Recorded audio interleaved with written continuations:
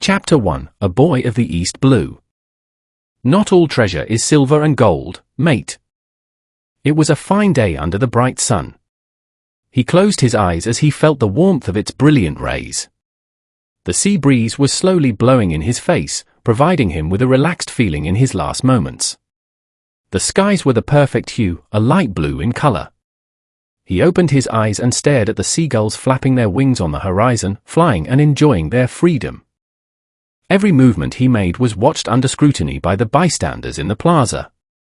People from all around the globe were present in this whole fiasco the world government had organized. The only thing heard was his footsteps as he slowly walked to his demise. Everyone was too focused on him to say anything. He didn't mind the people, focusing instead on the scenery laid right in front of his eyes. After all, it had been years since he was last here. It was all too good for an execution. He was going to die today. He was never afraid of dying. Ever since he started his life as a pirate, he knew that someday he would face death. A man should never give up on his dreams, even if it means death. But unlike others, he would die with his head held up high, showing dignity. He had fulfilled his dreams, though fate or sickness had made sure he was too early. Who really knew? He even chose the way he would die, getting executed in his hometown. He liked being the center of attention, especially now that he had something significant to say to the people present. He had been prepared for this for months. There was no point in turning back. He always liked to live his life without any regrets. But still, he would die with one. Gold D. Roger, the man who acquired everything, wealth, fame, and power, the man who was now known as the King of the Pirates, was facing his execution. After surrendering himself to the Marines, they decided to hold it in this place. Logue Town. It was his birthplace. The town where he was born and, ironically, the place where he would face death. Nostalgia struck the Pirate King hard. He remembered his childhood here. This place was the last island in the East Blue before the Red Line. A lot of ships always docked here for supplies, whether they were merchants, crusaders, marines, or pirates. He had always wanted to talk to people about their adventures. That was what inspired him to be a pirate. The sea just seemed to be a place where he could attain freedom. And he was glad that before he died, he managed to succeed in attaining that freedom. Even when facing execution, Roger still carried an air of respect and fear among the people. Most gathered for one thing, to know where his treasure was. Others just liked the idea of seeing the most infamous pirate in history executed. Among the crowds, Roger saw some familiar faces. Some of his crew members were here to witness it. Most notably for him were two of his apprentices, Shanks and Buggy. He had made a promise with them not to cry, but it was obviously something they could not fulfill. Both boys had tears falling from their eyes like waterfalls. Among the rest were a grinning man with sunglasses, a man with a sword shaped like a cross, a quiet man named Dragon, and Crocodile watching with interest, along with many others. He was on top of the platform now, seeing every part of Logue Town. His black eyes were focused more on the sky rather than below, where he could finally hear the people's whispers buzzing, growing in volume as seconds passed by. "Have you got any last words?" Roger turned to the guard and grinned widely. He held up his handcuffs. "Can you please remove these? They're bothering me." "I cannot do that," the guard snapped. "Why would I run away now?" Roger asked, scoffing. He continued to walk a few meters before sitting in the center of the platform. It was taking too long. The two guards moved their spears, ready to strike him at any second. The once small whispers grew to loud yells. The atmosphere was tense as the crowd stared at the top of the platform with wide eyes. This was a historical moment, the death of the Pirate King in front of them. It was not something you experience twice in a lifetime. And all of a sudden, the screaming broke. A brave man in the crowd started shouting. "Pirate King! What did you do with your treasure? It's somewhere in the Grand Line, isn't it? The greatest treasure in the world." "Shut up," the guard barked angrily below. The man ignored him and continued. The One Piece. At that moment, everyone tensed up. Humans are greedy creatures, never satisfied with anything in life and always craving more. They always run after something they will never be able to grasp. Roger grinned. His treasure would turn the world upside down. Laughter started erupting from Roger's mouth. That laugh. It was the exact same laugh he expressed when he was on Laugh Tale. Too bad, though, that he did not have the time to tell the story of Joy Boy. My treasure? Roger flashed a toothy grin, ear to ear. Shut up, the guard shouted as he moved his spear closer. If you want it, you can have it. Go look for it. I left it all in that place. That day, Gold Roger died, and he started the new pirate era. Years later. Luffy, what do you think you're doing up there? Shanks called out loudly to the 10-year-old child standing on his ship's figurehead. I'm gonna make everyone take me seriously around here. Luffy exclaimed with a furrowed brow. Oh? And how will you do that? Shanks asked curiously, using a playful tone that heavily annoyed the young child. Luffy's eyebrow twitched in annoyance. He raised his hand, holding a small knife. I'll show you, he said. Before Shanks could shout at him, Luffy dragged the knife under his left eye, cutting deep into his flesh and creating a severe wound. Ah! Luffy's painful scream echoed throughout the village, making everyone turn to the pirate ship with worried looks. Luffy! You damn idiot, what are you doing? Shanks' angry and worried voice boomed out immediately afterward. Later. Luffy was sitting at the bar with Shanks beside him. Normally, you'd expect a small child to be in tears from the pain. However, Luffy was no normal child. Instead of having bandages covering half his face, he already had a deep mark where he had carved under his left eye. Luffy, you know we could have just sewn your cut closed, right? Shanks asked the slightly scowling child. Of course I do. I just wanted to show that I wasn't afraid of pain, Luffy said, idly carving a Jolly Roger into the bar counter. Shanks was going to retort before he noticed what Luffy was doing and leaned over. What you carving there, Luffy? Luffy looked up at Shanks with a large smile. This is what my Jolly Roger is gonna look like when I've got my own pirate crew. Is that so, Luffy? Shanks asked curiously, receiving a nod in response. He then smirked mischievously. Well, how are you gonna be a pirate if you can't even swim? Luffy's brow twitched with annoyance. Well, I'll just stay out of the water, you damn drunk. Luffy shot back, making Shanks laugh boisterously. Luffy would have continued if he and Shanks hadn't been smacked upside the head. Looking up, they saw Makino with a smile on her face and an intimidating aura around her. What did you just say, Luffy? She asked in a sweet tone. I don't know, Luffy said, offering the most innocent look he could manage. I've only heard Shanks use it around me. The look on Shanks' face was one of comic betrayal and shock, which quickly turned to fear as Makino turned to him with a glare. Now, Makino, let's not be rash, he pleaded, holding his hands out. I'll be okay as long as I stay on the ship. Plus, I can swim and fight too. Luffy said, trying to convince Shanks as he turned back to the food on his plate. I'm well trained, so my punches are like pistols. Luffy added excitedly, throwing punching motions into the air. Oh really? Pistols? Asked Shanks with a bored expression. What's that supposed to mean? Luffy shouted, annoyed by the lack of enthusiasm from the pirate captain. Lucky Roo came up to speak. He means you're too young, Luffy. He's right. We've got others on the crew older than you, Yasop added, making Luffy even angrier. Please, I'm not a kid. I'm old enough. Luffy yelled in defiance. Calm down, Luffy. Here, have some juice, Shanks said, handing Luffy a cup. Luffy looked at it and noticed that everyone present was waiting for something. Ultimately, he drank it all, and everyone burst into laughter. I don't know one pirate who drinks juice. Aha waha. Shanks laughed, as did the rest of his crew.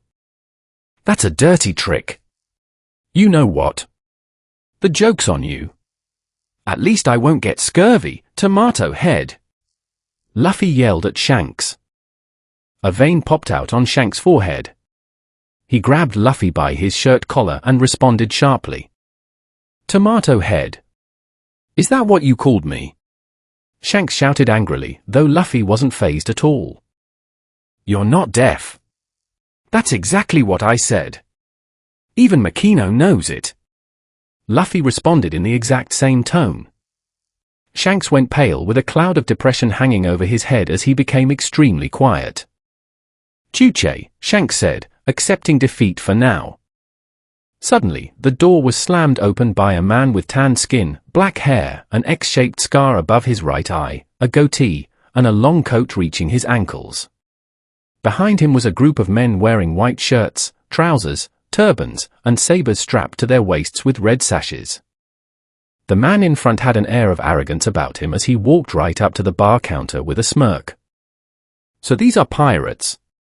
They all seem pretty damn weak to me, the leader said, glancing around before slapping his hand on the bar. Grab me and my men 10 barrels of your alcohol, and make it quick, he ordered with blatant disrespect. Hearing the man's tone, Luffy quietly growled and clenched his fist, feeling annoyance rise within him. I'm very sorry, but these gentlemen already finished off my alcohol stock, and I won't be getting another shipment for a whole week, Makino explained with a polite tone, discreetly reaching under the counter. I'm sorry my crew and I drank all the alcohol, Shanks said, holding up an unopened bottle of sake. You can have this one, it's unopened, he offered with a smile.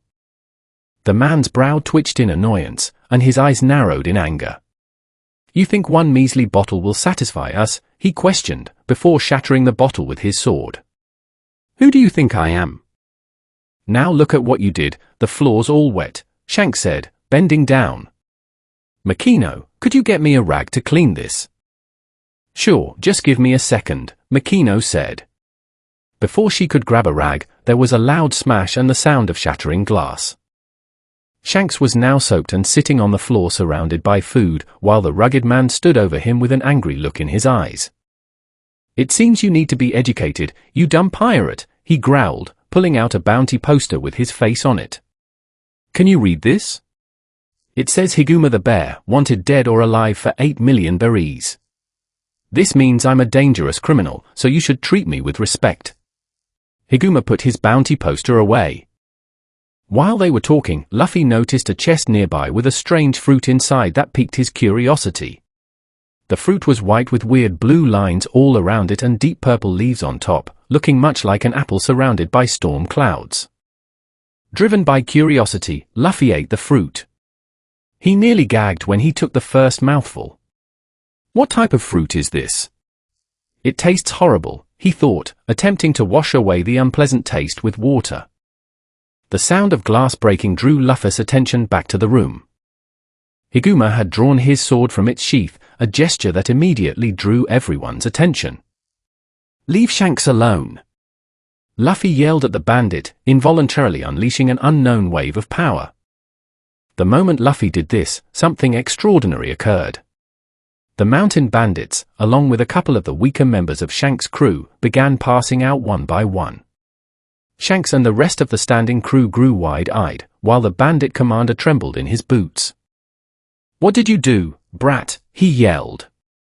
Luffy himself was surprised and perplexed by what had just happened.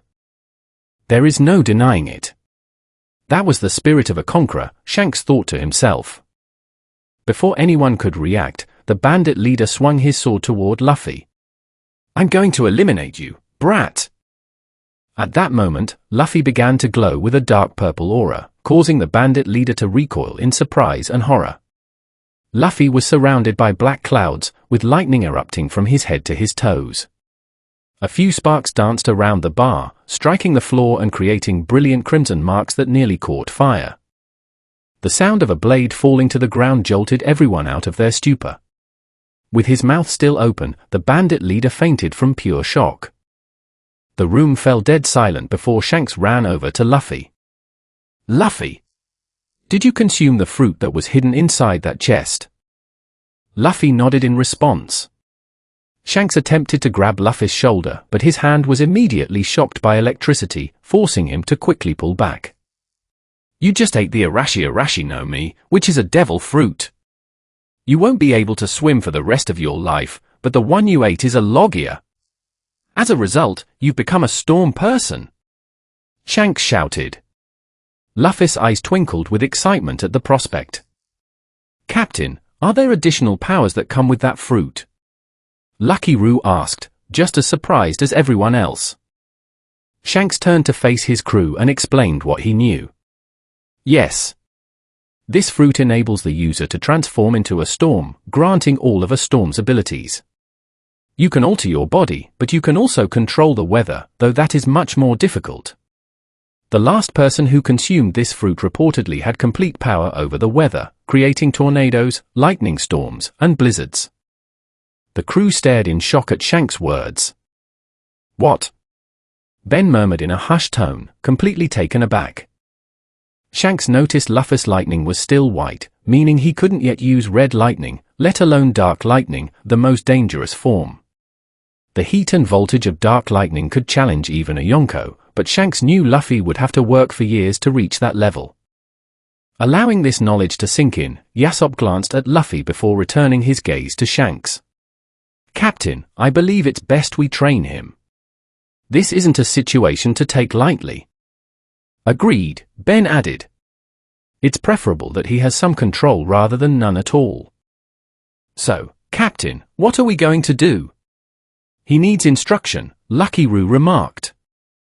Shanks paused for a second before walking over to Luffy, who was talking with Makino.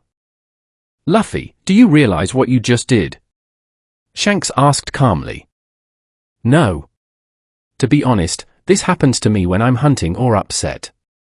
I have no idea what it is, and no one has ever explained it to me, Luffy answered honestly, startling Shanks. Wait, you've used that power before? Shanks inquired, raising an eyebrow. Yes, while I was battling monkeys with my grandfather, Luffy answered quietly. What sort of grandfather treats a 7-year-old like that? Everyone thought, finding the treatment remarkably harsh. Okay, Luffy, who is your grandfather? Shanks asked, wanting to have a serious talk with the man. Garp, Luffy said, scrunching his eyebrows. Silence fell over the room. Luffy, what's your full name? Shanks asked with unease, while other crew members swallowed in fear. What's with all the annoying questions? It's Monkey D. Luffy, what about it? Luffy replied. Shanks' jaw literally dropped to the floor as he stood there blinking. Garp. The Marine hero, Garp. The only Marine who could fight neck and neck with Captain Roger. One of the very few people Roger saw as an equal. The man who nearly destroyed the Oro Jackson more than once with just his fists. Luffy, what is your grandpa like? Shanks asked, staring him down. His fists hurt. He calls them his fists of love, but they really hurt. He always throws me into forests, down bottomless trenches, or makes me fight wild animals to make me a strong Marine. When I say I don't want to be a Marine, he hits me. Yup. Definitely Garp, Shanks thought, swallowing hard. You mean to tell me the hero of the Marines is your grandfather? Shanks shouted in shock, making Makino laugh quietly at his reaction. Shanks regained his composure and looked at the boy. Okay, Luffy. Before I decide whether to train you, what's your dream? Luffy spoke his true dream clearly. Silence swept the room before reactions erupted, laughter, shock, and genuine respect. Makino felt tears welling in her eyes. She had never heard Luffy say that before, but at that moment, she knew he would achieve it one day. She wondered how Garp or Dragon would react. Shanks stood silent. Instead of seeing the boy before him, he saw his old captain, Gold D. Roger. The exact same words. Shanks thought with a smile. For the first time in a long while, he felt genuine hope. Deciding to break the silence, Shanks asked, why the king of the pirates? Because the king is the one with the most freedom in the world, Luffy declared. Just you wait. I'm going to have the greatest adventure, find the One Piece, and become king of the pirates, Luffy said with absolute determination, causing everyone to smile. You can stay here for some time. Garp won't return for at least a year, Makino suggested. Shanks agreed to extend their stay. Training begins. Luffy, Shanks called out. Come with me. As they walked outside, Shanks explained the plan. Ben, Roo, and Yasopp stood by the doorway. First, Lucky Roo is going to teach you how to control your devil fruit. Then, every morning, Ben will teach you navigation, history, and battle strategy for 3 hours. The rest of the day will be spent with me teaching you Haki, or Yasopp teaching you marksmanship. Any extra time you have will be spent mastering your devil fruit. Understood? Luffy nodded. Yep. Now I have one question, can I eat during training? Shanks and his crew burst into laughter. After explaining everything once more, Shanks began teaching Luffy about Haki and how it functioned in combat. Luffy was fascinated and begged to start immediately, prompting Shanks to begin with observation Haki. The following day, Shanks took Luffy into the forest to train. Every evening, Luffy returned covered in bruises. Makino worried, but Shanks reassured her that he was keeping the training safe. After months of hard work, Luffy grasped the basics of all 3 forms of Haki while also developing his devil fruit abilities. He was strictly forbidden from using his powers unless he was in the company of Shanks, Ben Beckman, Yasopp, or Lucky Roo. During their stay, Luffy noticed Shanks had grown quite friendly with Makino, though whenever he asked about it, Makino merely blushed and avoided the question. In their 7th month there, they received a visit from a swordsman named Mihawk, whom Luffy found intimidating at first. However, the next day, Luffy asked a question that made the entire crew hold their breath. Do you want to join my crew? Luffy asked with a broad grin. Mihawk responded by drawing his massive sword, sending Luffy running for his life. The chase lasted half a day, leaving nearly half the forest sliced in 2. At the end of it, the master swordsman admitted he was impressed by Luffy's ability to dodge his attacks. Mihawk stayed for a week. As he prepared to leave, Luffy yelled at the top of his lungs, "You're gonna join once I defeat you." The departure. Eventually, a year passed, and Garp called to inform Makino that he would be arriving the following month. Luffy sat at the bar counter with Shanks while the red-haired pirates loaded supplies for their upcoming voyage. So, your grandpa's coming next month, huh? Well, it's time for us to leave, Shanks stated. Luffy remained quiet. The day soon came for the crew to depart. Luffy stood on the docks as the final supplies were loaded. After a bit of playful taunting from Shanks, Luffy shouted out to the sea. No matter what, I will become the Pirate King. Shanks smiled lightly. He took off his favorite straw hat and proudly placed it on Luffy's head. I'll let you look after this hat. It's my favorite, and it's very important to me. Tears welled in Luffy's eyes as the crew finished loading and prepared to set sail. Luffy held onto the straw hat tightly, watching the ship slowly fade into the horizon. Someday, return it to me as a great pirate. It's a promise, Luffy. Chapter 2, ASL. 1 month later. They traipsed through the thickets and groves of Mount Corvo.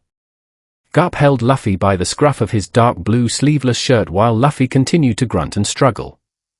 Luffy occasionally tried to shock Garp by reaching out to grab his hand, but Garp saw it coming every time and slapped it away before rewarding him with another sore bump on his head. Luffy continued to struggle for most of the way, biting and gripping various objects in attempts to free himself, but with little success. Try as he might to channel electricity through his shirt, he couldn't project it from anywhere except his hands. Let me go, Grandpa! Luffy cried out as he hung awkwardly by his shirt. I promised Shanks that I would be the king of the pirates. Cut it with the pirate crap. Garp rebuffed while they continued up the trail. On top of eating a devil fruit, you talk absolute nonsense. Garp exclaimed loudly. Luffy, I won't allow you to become a pirate. You must become the strongest Navy Marine. Befriending that red hair. Bah, you idiot. The rant eventually died down once Luffy stopped struggling, though he still hung uncomfortably by his shirt. The air soon became quiet as they walked through Mount Corvo. You'll be staying with a friend for a little while, and I'll be back when I can to check on you regularly and pick you up when it's time. Garp trailed off, leaving Luffy puzzled as he stared up at his grandfather. Time? Time for what?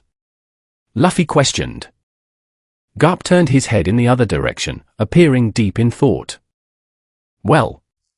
Garp began very hesitantly, before his expression and tone suddenly shifted. Oh, I forgot to tell you, Luffy. Garp looked down into the baffled face of his grandson. There is someone else who will be staying with you while you're there. He was a very good person the last time I saw him, so the two of you should get along well.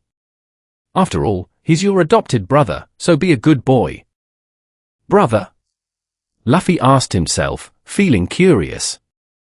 They walked until they came to a large wooden house.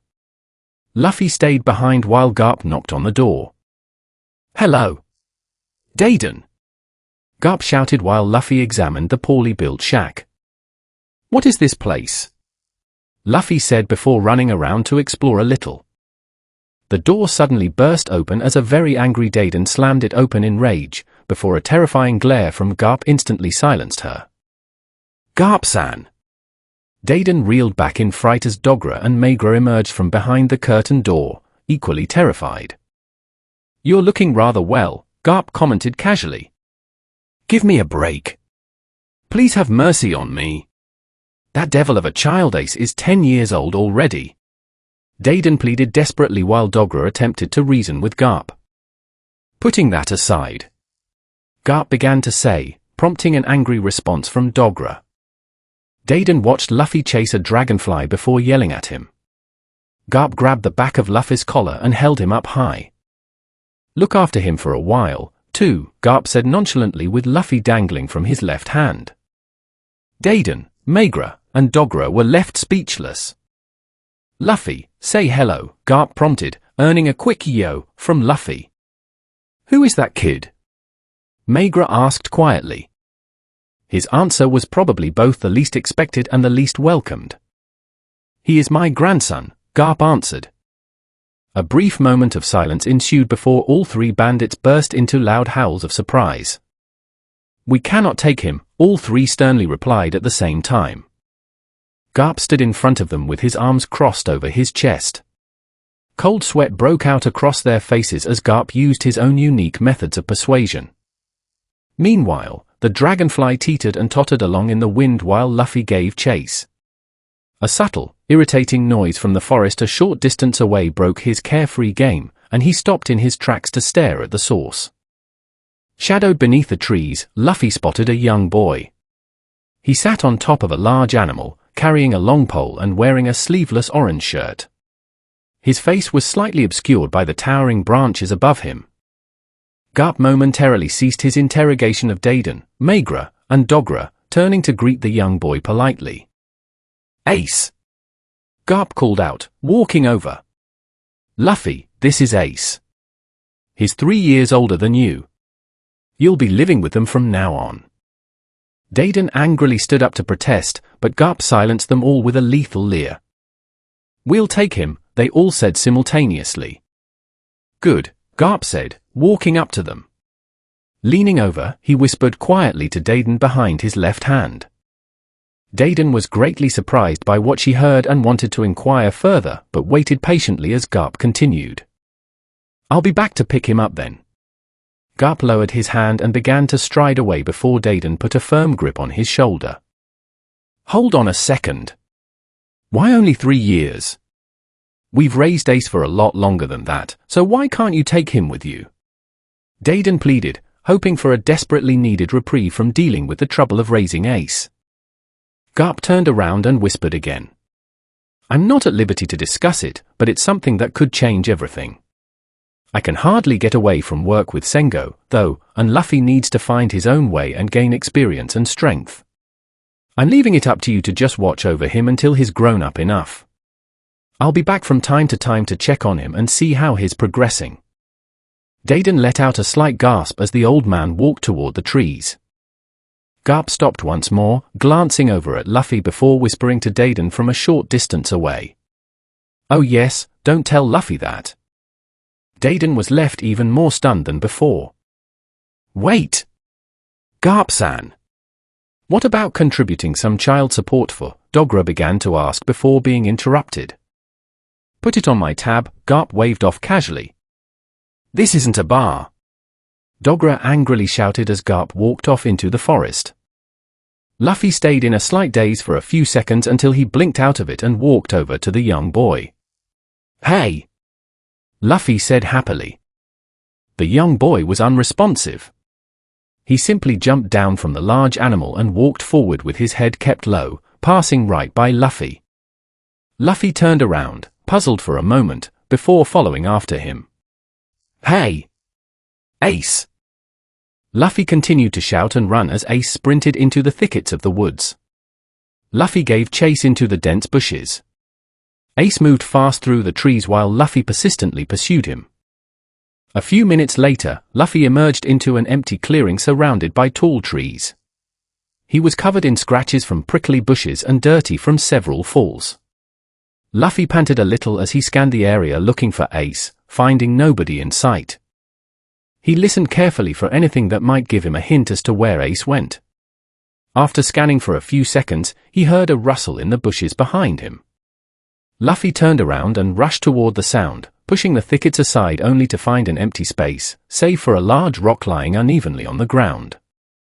Luffy scratched his head in confusion. Before he could react, a slim arm wrapped around his head and clamped over his mouth. Luffy was taken aback and struggled, letting out muffled yells.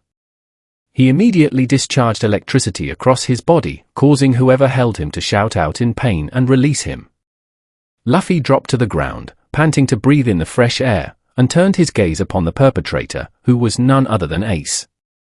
"All right, first off, don't follow me," Ace stated bluntly, standing tall over Luffy.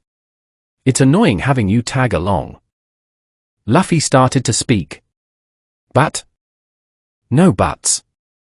You can get lost in this forest, and I'd hate to be responsible if something bad happened to you." A cold look passed over Ace's eyes, though Luffy didn't notice it. "I just wanted to be friends," Luffy said. Ace laughed slightly. "I don't need friends. Go back to Deiden's cabin and stop following me. It'll be safer for you that way." Ace turned and started walking back in his original direction. He was surprised, however, when he heard a loud voice from behind him.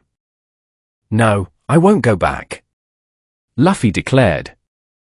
Ace turned to stare at him with an emotionless expression for a few seconds before turning away again. "Suit yourself." "But?" Ace bent down slightly to pick up a small rock. Luffy was confused by the unfinished sentence and stepped closer to see what Ace was doing. Ace mentally counted the footsteps he heard, then swiftly turned and threw the rock toward the top of a nearby tree. Luffy watched as the rock traveled upward and struck a heavy bundle lodged in the high branches. The impact dislodged the bundle, which sent a cluster of heavy rocks falling straight down toward Luffy. Using the instincts trained by Shanks, Luffy quickly dodged the falling rocks. While Luffy was dodging, Ace took off running into the trees. When the rocks stopped falling, Luffy looked around, but Ace was nowhere to be seen. "Good thing Shanks trained my haki," Luffy spoke to himself before walking in the direction Ace had gone. Soon enough, Luffy tracked down Ace again, and it wasn't long before Luffy met Sabo, who was much more open to the idea of having Luffy as a friend. Though Ace was hesitant at first, after a month of spending time together, Luffy officially became part of their group. Soon, Luffy shared his dream to become the Pirate King, with Sabo and Ace declaring that they both wanted to become pirates as well. Luffy demonstrated his devil fruit powers to his new friends and explained the concept of haki. To say Ace was excited would be an understatement. Within a week, Luffy began teaching them everything he knew about using haki. 6 months later. There was snow covering the ground when they woke up that morning. Luffy threw himself out of their hideout and landed in the white, fluffy drift, laughing merrily all the while. Ace and Sabo were much more cautious, as they didn't have rubber bodies to blunt their falls. Before their feet even touched the ground, they both took snowballs directly to the face. While Sabo laughed, Ace shouted at Luffy and chased after him, fully intending to bury Luffy up to his neck in snow. Eventually, Sabo stepped in to rescue Luffy from his chilly fate while Ace and Luffy continued to throw banter back and forth. This was their brotherhood now. Ace and Sabo had naturally fallen into their roles as older brothers. Sabo was the indulgent one who encouraged and comforted, while Ace was the rough one, handing out reprimands and the occasional knock to the head. Their breakfast plans were spoiled by the discovery that the lake had frozen over. While Ace sat contemplating cutting a hole in the ice to fish, Luffy whooped with joy and took off across the frozen surface. "Luffy! Get back here!" Sabo shouted before Ace could react. "No way! This is fun!" Luffy laughed, sliding across the ice and having the time of his life. Ace worried about thin patches of ice collapsing under the weight of an idiot like Luffy. "I'm not going to save you if you fall through." "Sabo will." That was all Sabo needed to hear. He laughed and walked onto the ice himself. "Of course." Ace scowled and muttered, "Traitor," under his breath as Sabo slid after Luffy. From the bank, Ace watched Sabo skate over to Luffy, colliding with him as they both laughed and held onto each other.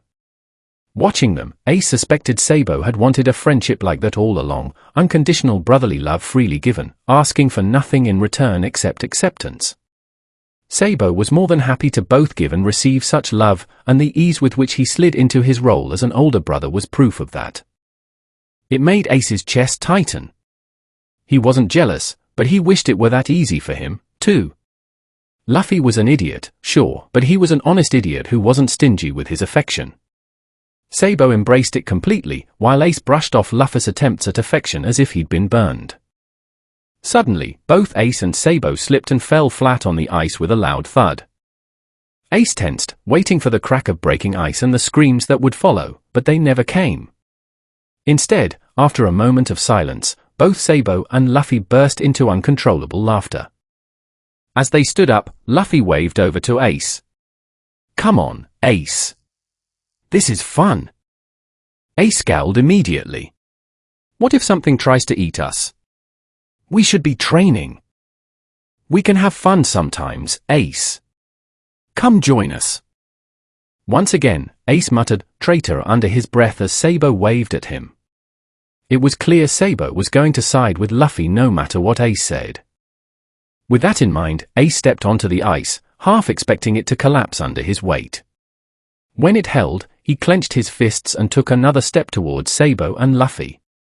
Then, all at once, Ace sprinted across the ice, half running and half sliding. Sabo and Luffy yelped and tried to run, but they slipped instead, allowing Ace to barrel straight into them. The force sent all three of them sailing across the lake into a snowbank on the opposite shore. One by one, they poked their heads out of the drift in tense silence. Finally, Ace snorted, and all three of them fell into bursts of laughter as they rolled out of the snow. The rest of the morning and much of the afternoon was spent skating on the lake, having an intense snowball fight, and building a snowman with Luffy inside, much to Luffy's indignation and his brother's amusement. There were no thoughts of the monsters lurking in the forest or people saying that the son of Gold Roger was a demon.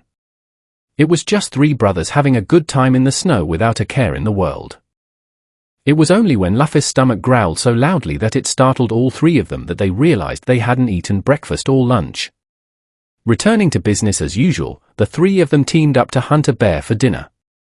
As they sat around the fire cooking the meat, Ace couldn't help but think how easy it was, once he stopped fighting it, to act like a normal kid. It had been fun to play with Sabo and Luffy. Now that it was over, Ace went back to staring at the fire and scowling at Luffy, who sat whining about how hungry he was.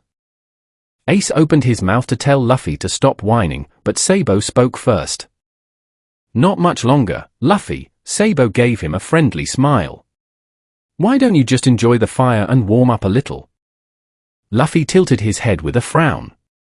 "Warm up?" Sabo mimicked the head tilt. "We've been out in the snow all day."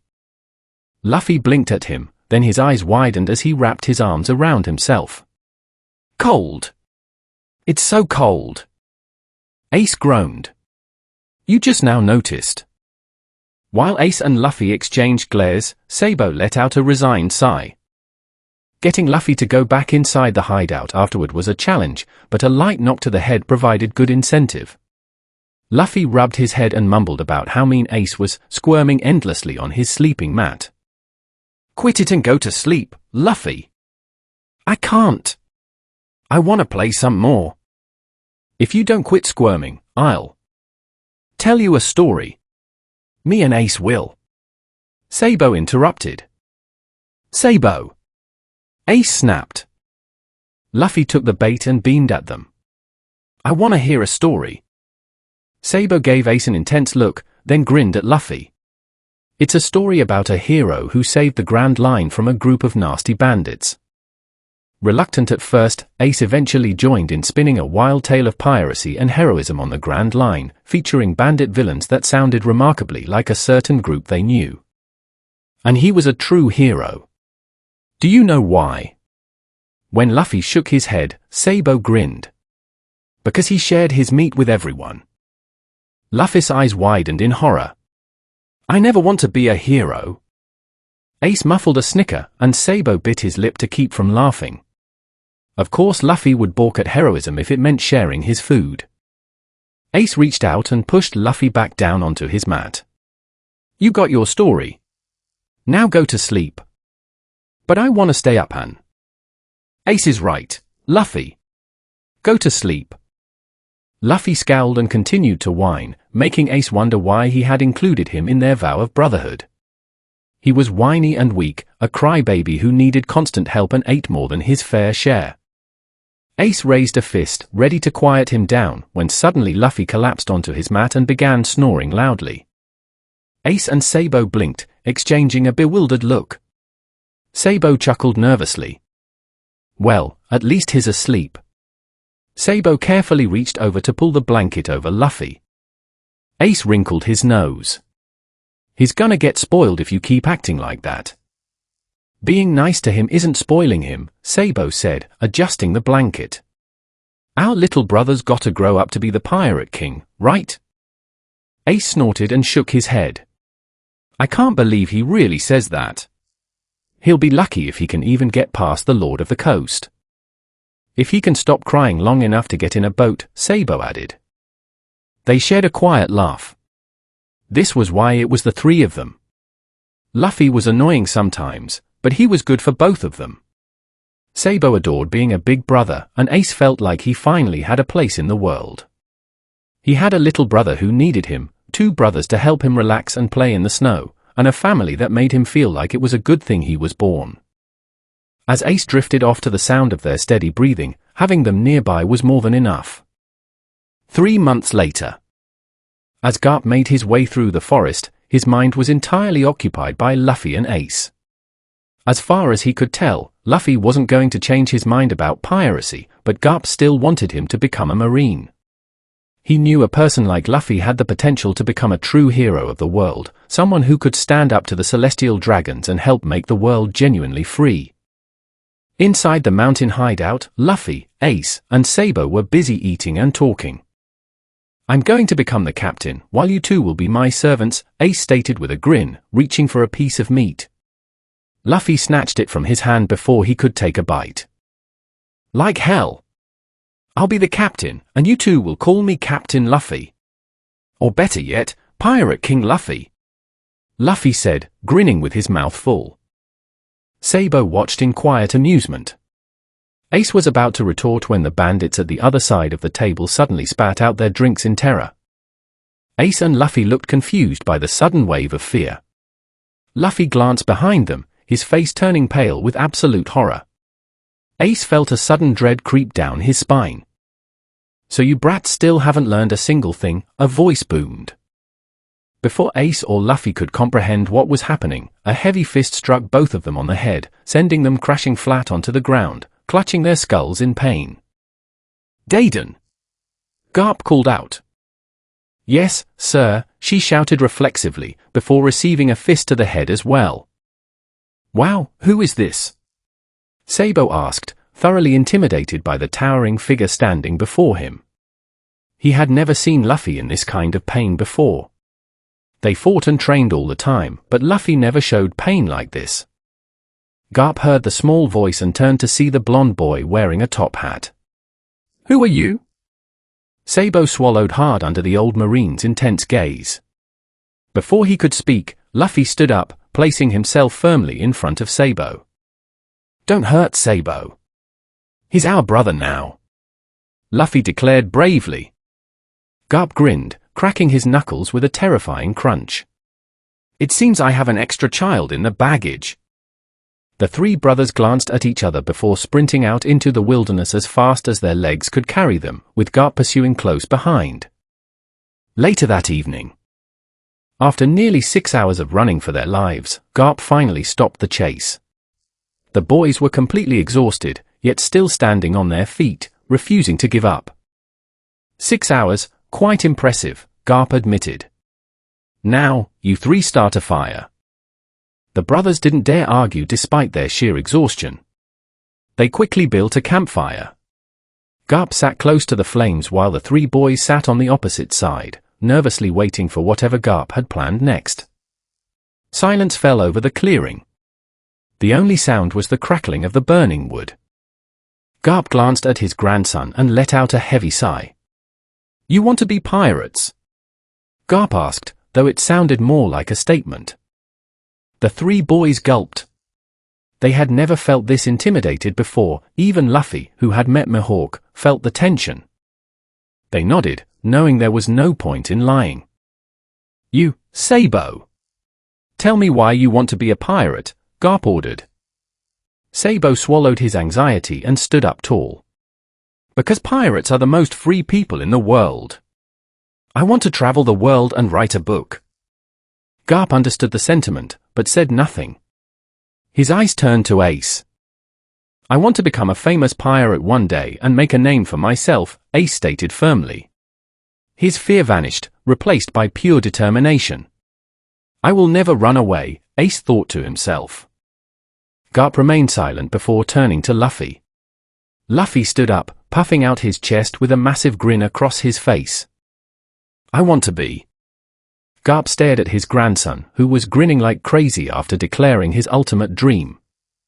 Sabo had laughed when Luffy first told them his dream, and Ace had thought it was childish at the time. But Garp didn't laugh, nor did he think it was stupid. Instead, Garp felt pride, a deep, overwhelming pride for his grandson.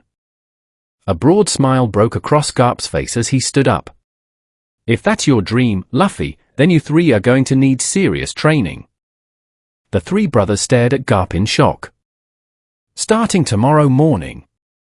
Get some sleep tonight, because tomorrow we begin the torture. I mean, training.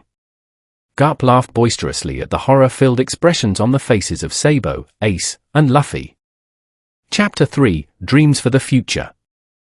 The forest clearing echoed with the sound of chirping birds and rustling leaves, a peaceful morning that was about to be shattered by the infamous fist of love. Garp stood before his three grandsons with a grin that would make even seasoned marines break into a cold sweat. Ace, Sabo, and Luffy sat cross-legged on the grass, their expressions a mix of determination and growing concern. Bwahava! You brats wanted to learn observation haki? Well, prepare yourselves for the training from hell. Garp's voice boomed through the clearing, scaring away nearby wildlife. Luffy bounced excitedly. Awesome! I'm gonna be the king of the... A baseball connected squarely with Luffy's head, sending him face first into the dirt. Ow! Grandpa, that hurt! Luffy whined, a sizable bump already forming on his head. Of course it hurt. Pain is going to be your best friend from now on. Garp laughed heartily while juggling 3 more baseballs. Now, put on those blindfolds. Sabo adjusted his blindfold nervously. Garp-san, isn't there a gentler way to? Nope. Garp answered cheerfully as Sabo nursed a fresh bump. Ace smirked beneath his blindfold. I bet I'll master this before any of you. Less talking, more sensing. Garp called out, already winding up for another throw. The next 2 hours were filled with a symphony of thwacks, bonks, and various creative expressions of pain. Luffy bounced around like a pinball with each hit, while Sabo developed an impressive collection of bumps that made his head look like a human mountain range.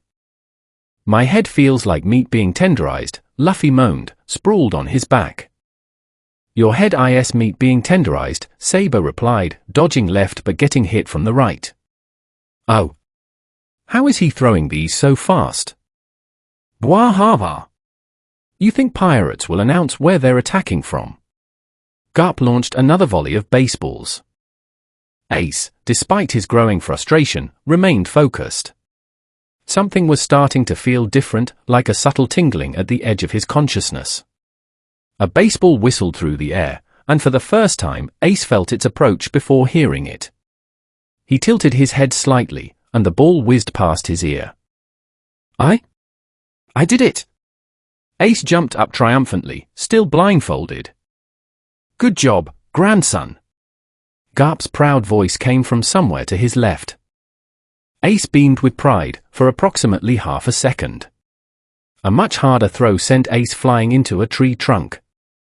What the hell, old man? Ace shouted, ripping off his blindfold. Garp stood there, tossing another baseball up and down. Lesson 2, never let your guard down. In fact. Ow! Luffy's voice came from somewhere in the bushes. I wasn't even part of this conversation. Exactly. Garp's laughter echoed through the forest. Enemies won't wait for you to finish your victory speech. Sabo, who had been quietly trying to sense incoming attacks, suddenly felt something approaching. He ducked, successfully avoiding a baseball, only to be hit by 2 more from different directions. How are you throwing multiple balls at once? Sabo demanded. Bwahava. Did you really think just because I'm old, I'm not fast? Garp grinned. I was one of the only Marines able to go toe-to-toe with the king of the pirates, Roger. What? All 3 boys shouted in unison. Now you have to sense multiple attackers. Luffy pulled himself out of the bushes, leaves stuck in his hair. That's not fair, Grandpa. Pirates don't play fair either. Garp reminded them as Luffy rolled away like a rubber ball. I'm starting to think this was a bad idea, Sabo muttered, narrowly avoiding one baseball only to be hit by another. Ace, back on his feet, put his blindfold back on with renewed determination. No way. We asked for this training, and we're going to master it. That's the spirit. Garp approved, before promptly hitting Ace with 3 consecutive throws. But spirit alone won't save you from my fist of love. It's not love if it hurts this much. Luffy protested, somehow managing to get hit even while complaining. The training continued with Garp's booming laughter providing the soundtrack to their suffering. Occasionally, he'd share wisdom between throws.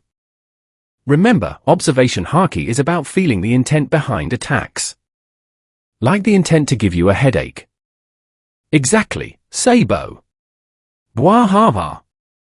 As the sun climbed higher in the sky, the 3 brothers showed small signs of improvement. Ace could now dodge 1 in every 5 throws. Sabo had developed a 6th sense for when Garp was about to launch a particularly nasty throw, and Luffy, well, Luffy was still getting hit, but he was bouncing back faster. Grandpa, Luffy called out, rubbing his latest bump, when can we take a break? Break? Bwahava. We've barely started. This is just the morning warm-up. The color drained from all 3 boys' faces. Warm up. Sabo stammered. Of course. After lunch, we'll switch to coconuts. Coconuts, they screamed in horror. Rule number 1 of observation haki, never lose focus during battle. Garp declared as all 3 boys lay twitching on the ground. I think I'm seeing stars, Luffy mumbled. Those aren't stars, that's just your brain rattling around, Ace groaned. At least you have a brain to rattle, Sabo quipped, earning weak chuckles from his brothers. Garp watched them with pride, though he'd never admit it. Their determination to get stronger, despite the brutal training, reminded him of himself at their age. Still, he had an image to maintain. "All right, you've had enough rest. Back on your feet. Let's see if you can dodge while doing handstands." "What?" "Bwahava. Trust me, this will help your balance." As the three brothers reluctantly assumed handstand positions, still blindfolded, Garp prepared another round of baseballs. "Grandpa," Luffy called out, his voice wobbling as he struggled to maintain his handstand, "I'm hungry." "Hunger is just another form of training." "That doesn't even make sense." Ace protested. "Making sense is for weaklings. Your teaching methods are questionable." Sabo observed. "Question my methods after you can dodge my throws." And so the morning continued, filled with flying baseballs, growing bumps, and Garp's endless laughter. The forest clearing, once peaceful, now echoed with the sounds of training, pain, and the occasional straw hat flying through the air until Luffy grabbed it and put it back on his head. Deep down, all three brothers knew this was just the beginning of their journey to becoming stronger. Though they'd never admit it to Garp, they were grateful for his training, no matter how brutal it seemed. Just as this touching thought crossed their minds. Emotional moments are openings for attack. "Bwahava. We hate you, Grandpa." That's the spirit. Now, who's ready for coconuts? Afternoon training. After a lunch break that lasted precisely 47 seconds, according to Garp's generous timing, the afternoon training session began with Garp hauling 3 enormous sacks of coconuts into the clearing.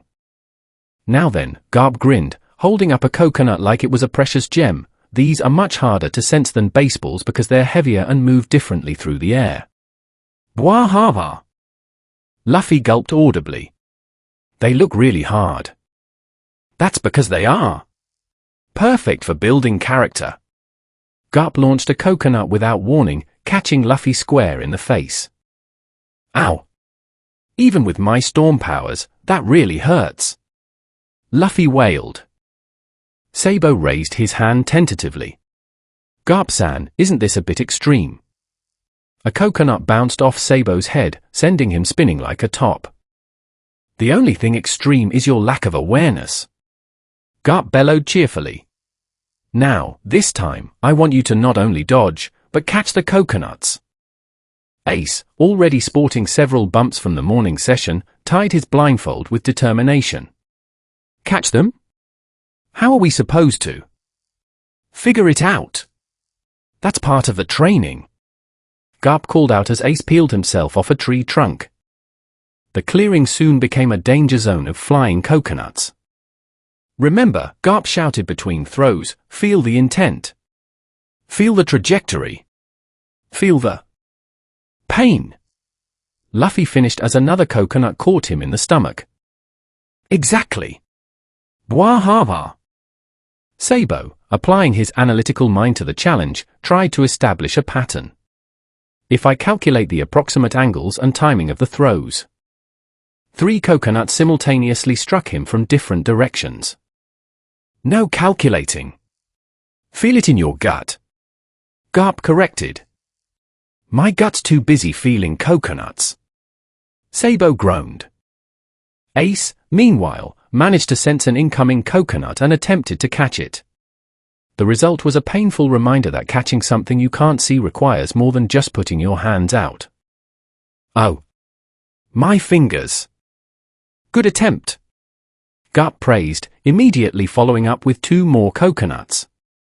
"But next time, try not to catch it with your face." The training intensified as Garp introduced new elements to increase the difficulty.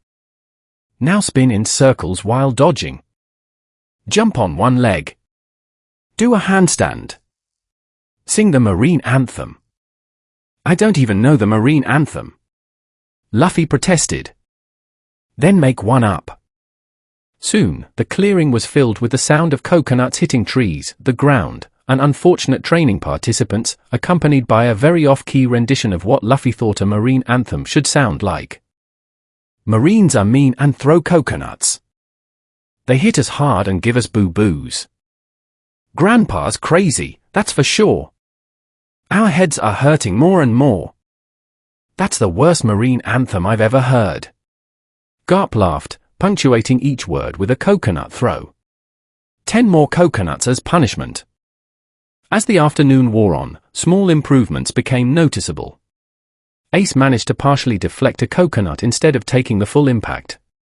Sabo successfully predicted the direction of several throws, even if his timing was still off.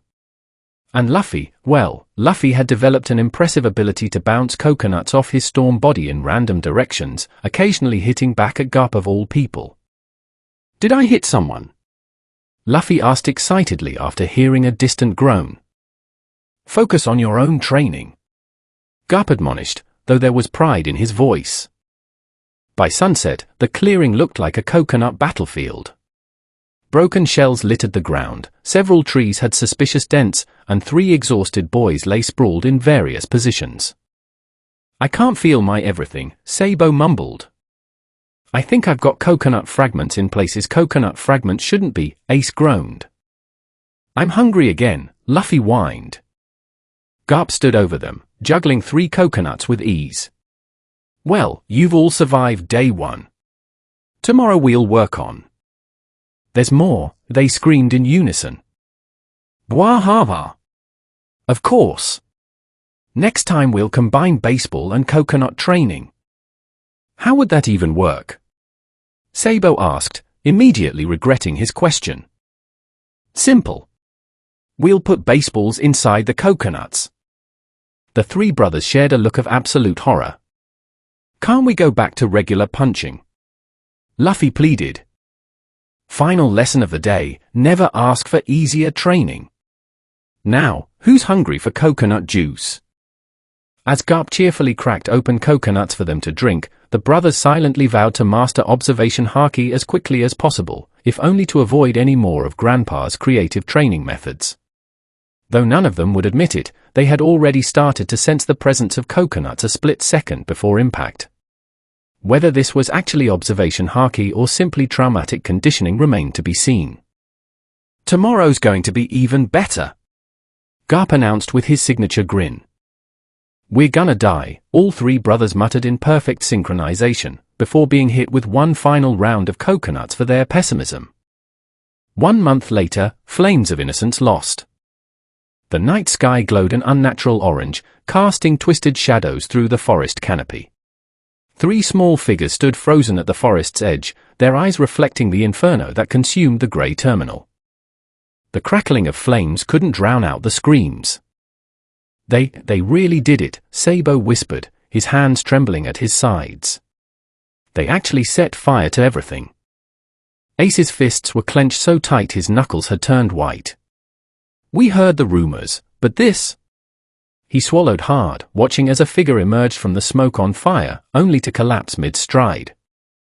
Luffy stood between his brothers, uncharacteristically still.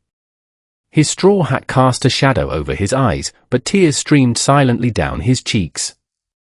The smoke carried the scent of burning wood, plastic, and something else, something that made all 3 boys instinctively know they would never forget this night. Help! Someone, please! A woman's voice cut through the roar of flames. She was carrying a child, running blindly through the maze of fire.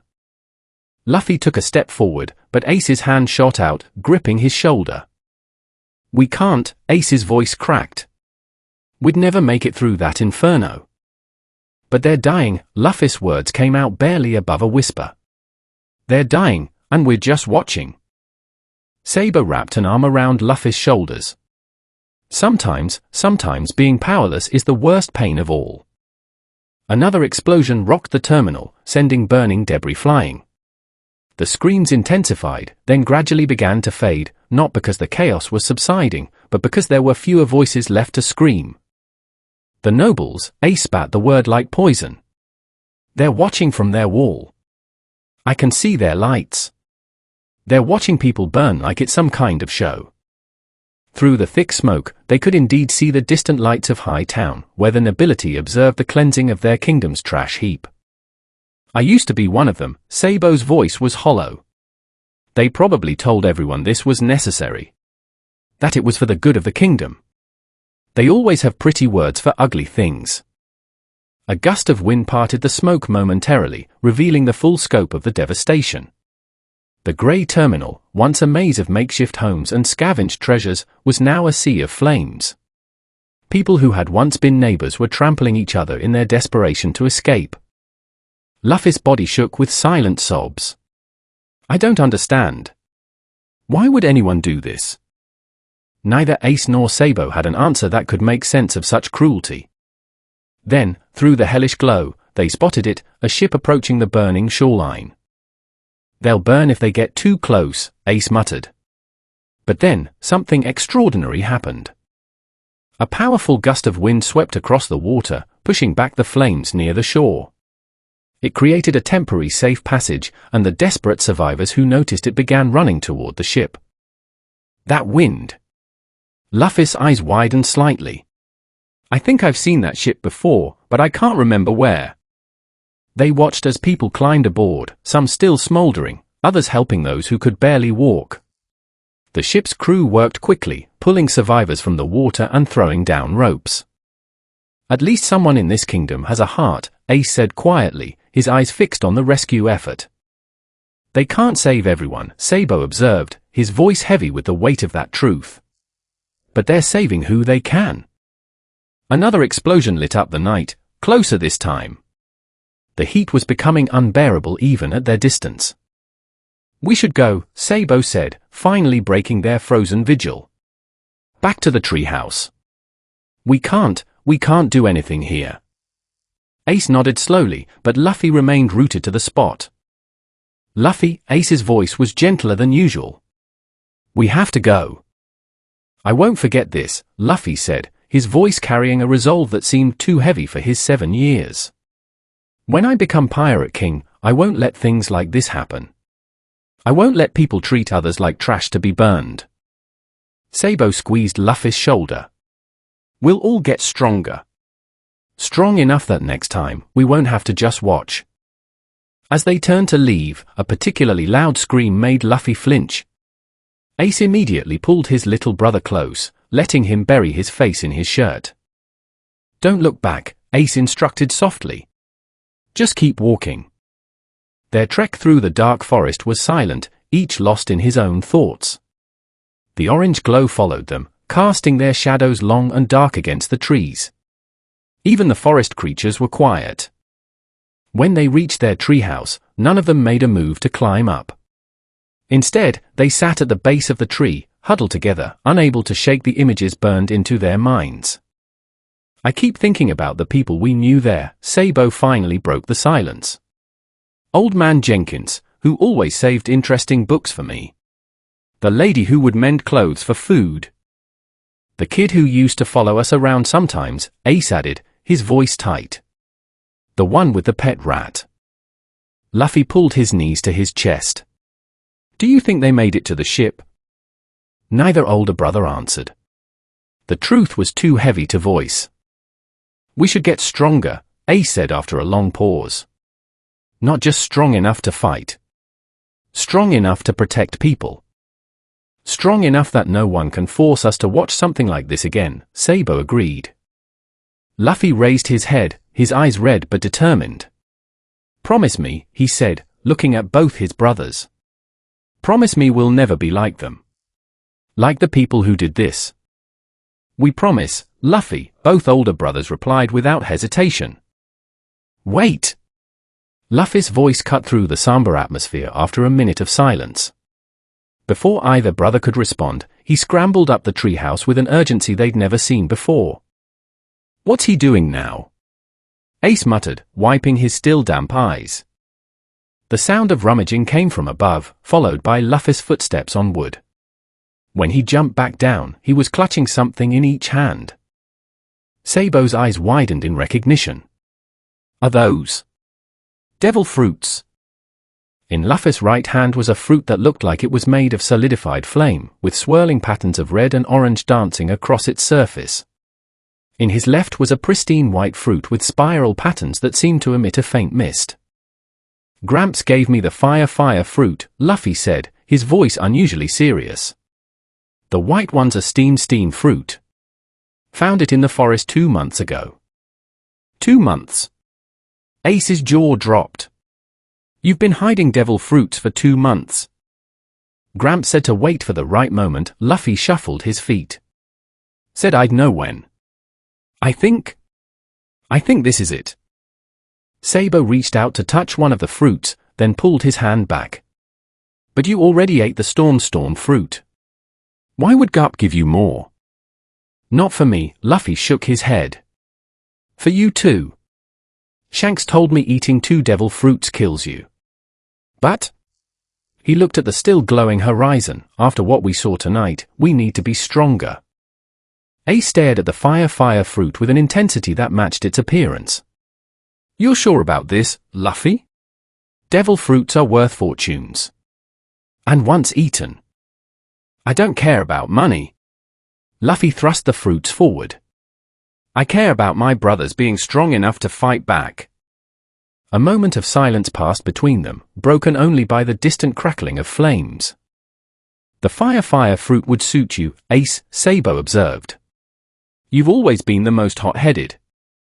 Hey! Ace protested, but there was a ghost of a smile on his face. What about you?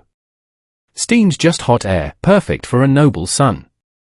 Ex-noble, Sabo corrected, studying the white fruit with interest. Though I suppose steam can be quite powerful. Like a steam engine. Luffy added helpfully.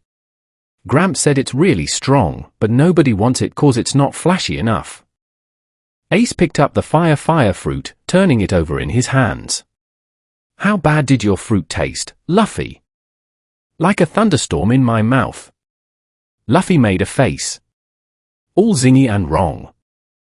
Well, Sabo took the steam fruit. It can't be worse than some of the things we've eaten from the dump, right? The 3 brothers shared a look, then nodded simultaneously. Together? Ace suggested. Together, Sabo agreed. Wait! Luffy held up his hands. Shanks said you gotta eat the whole thing, even the gross parts. Ace and Sabo looked at their respective fruits with growing apprehension. Bottoms up, Ace muttered, then took a massive bite. His face immediately contorted into an expression of pure disgust. It tastes like burning garbage. Sabo, following suit, wasn't faring any better. Mine's like licking a hot kettle that's been filled with swamp water. Luffy bounced anxiously. Keep eating. Keep eating. The next few minutes were filled with gagging sounds and creative cursing as the 2 older brothers forced down their fruits. I think... Ace gasped, finishing his last bite, I think I'm dying. If not, Sabo wheezed, we might wish we were. They both collapsed against the tree, looking slightly green. Do you feel any different? Luffy asked eagerly. Besides nauseous. Sabo groaned. Suddenly, Ace sneezed, and a small fireball shot from his nose, singeing a nearby bush. What the hell? He jumped back, patting his nose frantically. That was so cool. Luffy clapped. Cool. I could have burned my face off. Sabo started laughing, but his amusement turned to surprise when his breath came out as visible steam. Oh, this is interesting. Try making a big fire. Luffy suggested to Ace. I don't even know how. Ace stopped mid-sentence as his entire arm burst into flames. Aya! Don't panic! Sabo called out, then promptly began emitting steam from every pore. Oh great, now I'm doing it too. Luffy watched his brother's chaos with undisguised glee. This is awesome. Now we can all be weird together. I don't want to be on fire. Ace shouted, running in circles. The fire ISU, Luffy explained, remembering Shanks' lessons. It won't hurt you. It's like how storms don't hurt me anymore. Ace gradually slowed down, realizing the flames weren't causing him any pain. This is actually kind of amazing. Sabo, meanwhile, had created enough steam to fog up the entire area. I can barely see anything. That's perfect for sneaking. Luffy beamed. And steam can burn worse than fire sometimes. Gramps showed me when he was boiling water. The fog began to clear as Sabo gained some control. We're going to need a lot of practice. Good thing we've got a training expert right here, Ace grinned, pointing at Luffy. Our little brother's had his powers the longest. Luffy puffed up with pride. I can teach you. Well, kind of. Mostly I just try things until they work. That explains so much about your fighting style, Sabo chuckled. Hey! I'm getting better. Watch this. Luffy concentrated, and a small storm cloud formed above their heads. Instead of rain, however, it dropped flower petals. You meant to do that? Ace raised an eyebrow. No. I was going for snow. The three looked at each other for a moment before bursting into laughter, the first real laughter since they'd witnessed the horror at Grey Terminal. We're going to be quite the trio, Sabo mused. Storm, fire, and steam. Luffy, Ace called out after creating his third uncontrolled fireball, how long did it take you to stop making storms when you sneezed? Oh, about 3 months. Every time I sneezed, it rained fish. Fish? Sabo paused his steam experiments. Why fish? I was usually thinking about lunch. Of course you were, both brothers said in unison. As they practiced, their powers slowly began responding to their wills rather than their emotions. It wasn't much, but it was a start. And with the ashes of Grey Terminal still cooling in the distance, they knew this was just the beginning. Next time, Luffy said as they finally collapsed from exhaustion, we'll be ready. Next time, Ace agreed, watching a small flame dance across his palm, we'll be the ones doing the saving. Next time, Sabo added, his steam curling around them protectively, we'll show them what three brothers can really do. We're gonna need a lot more training, Sabo mused, watching his hand fade to steam and back. And a new training ground, Ace added, eyeing the damaged treehouse. And meat. Luffy chimed in. Not everything is about meat. Luffy suddenly froze, his eyes widening comically. Oh yeah. I forgot to tell you something. Both older brothers turned to look at him, already dreading whatever was coming next. You, didn't actually need to eat the whole fruit, Luffy said, poking his fingers together nervously. Just one bite was enough. The clearing went deadly quiet. What? Ace's voice was dangerously flat. Yeah. Shanks told me after I ate my whole fruit. He was laughing really hard about it too. Steam literally began pouring from Sabo's ears, though this time it wasn't from his powers. You mean, we forced down those disgusting fruits? For nothing? Ace finished, small flames flickering in his hair. Shishishi.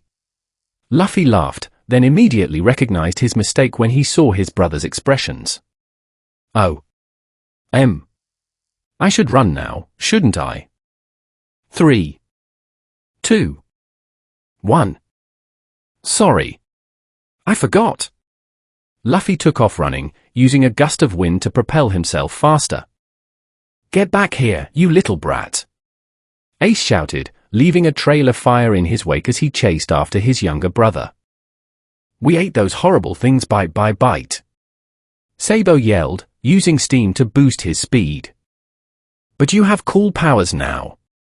Luffy's voice echoed through the trees, followed by the sound of crashing and explosions as three devil fruit users with minimal control wreaked havoc through the forest. That's not the point. I said I'm sorry.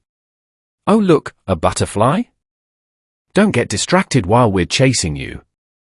The forest animals watched in bewilderment as fire, steam, and small storm clouds raced past them, accompanied by screaming, laughter, and the occasional falling tree.